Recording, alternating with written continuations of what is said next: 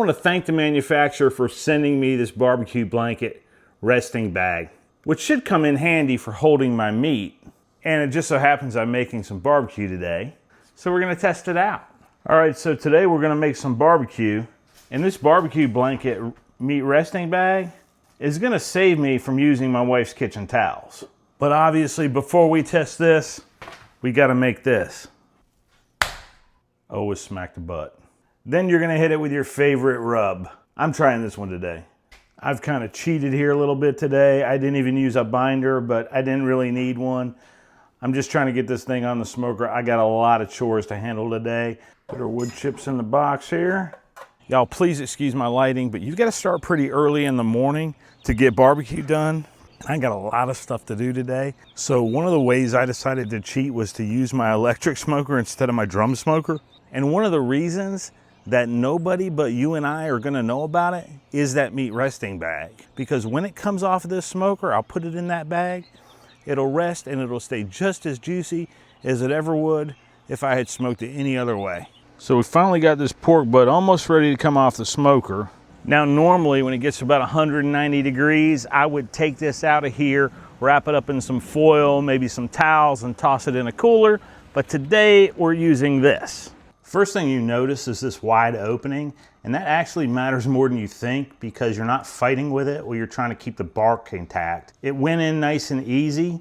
All right, we're gonna seal it up. It's all sealed up. Now all we have to do is wait. That's kind of the hardest part. When you take it off the smoker and you put it in this bag, it will continue to rise in temperature for about another 10 degrees for probably the next 30 minutes to an hour or so. I'll let it sit here for probably about 2 hours before we actually take it out of here, just because I want the juices to have time to redistribute. And also I want that temperature to come up to 200 or even above that before we take it out. All right, I know it doesn't seem like to you, but to me it does. It's been a couple hours and now it's time to see if this thing worked. If it did, the meat should still be hot, juicy, and the juices should have had time to redistribute by now. So let's open it up here and see what we have. Yeah, it's still plenty hot. And you can see the juices on this thing. Talk about easy to clean. That's good as new.